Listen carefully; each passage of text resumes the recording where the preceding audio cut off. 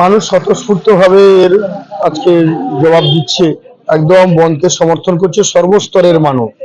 কোনো জায়গায় দোকানপাটও খোলা নেই বা বাজার হাটও নেই, তো সব জায়গায় স্বতঃস্ফূর্তভাবে করছে। কিন্তু কিছু একটু আগেই আমাদের এসডিপিও সাহেব মাছগড়া থেকে 3 জনকে অ্যারেস্ট করেছে। কেন করেছে আমি বিষয়টা দেখি। বাকি মানুষের স্বতঃস্ফূর্ততা আছে, দোকানপাট থেকে শুরু করে রাস্তাঘাট সব জায়গায় শুনশান।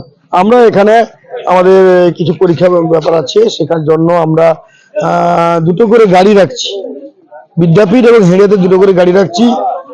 কলেজে পরীক্ষা আছে, পরীক্ষার্থী এবং পরীক্ষক দুজনকেই আমরা নিয়ে যাওয়ার ব্যবস্থা সেগুলো রেখেছি, ডাক্তারি পরিষেবা রেখেছি।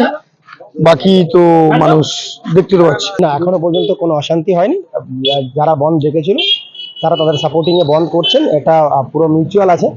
যারা বন্ধ সাপোর্ট করছে দ্যাট ইজ ডিফারেন্ট ইস্যু। জোর করে কোথাও বন্ধ আমরা করতে দেবো না।